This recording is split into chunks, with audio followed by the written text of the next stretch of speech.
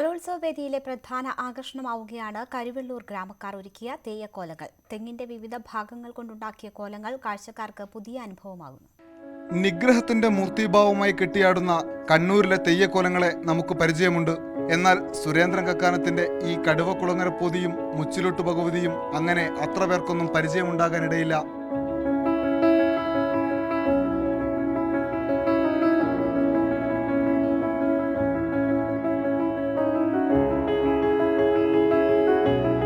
കലോത്സവ നഗരിയിലെ പ്രധാന വേദിയായ നിളയ്ക്ക് സമീപത്ത് ഒരുങ്ങി നിൽക്കുന്ന ഈ ഭഗവതി തെയ്യങ്ങൾക്ക് പിന്നിൽ കരിവെള്ളൂർ ഗ്രാമത്തിലെ കലാകാരന്മാരുടെ കരവിരുതാണ്. കൽപ്പവൃക്ഷത്തിൽ ഉപയോഗശൂന്യമായി ഒന്നുമില്ല എന്ന് പൊതുവെ പറയാറുണ്ട്. ഈ തെയ്യക്കോലങ്ങളും അത് തെളിയിക്കുന്നു.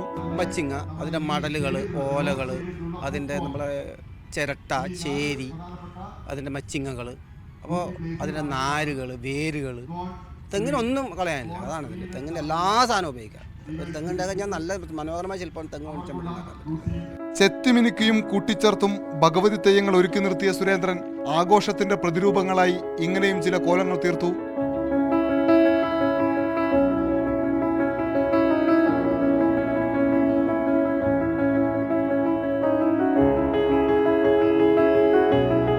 കണ്ണൂരിലെ കലോത്സവം തെയ്യക്കോലങ്ങൾ കൊണ്ടുകൂടി പ്രശസ്തമാകുമ്പോൾ സുരേന്ദ്രൻ കക്കാനവും അടയാളപ്പെടുന്നു.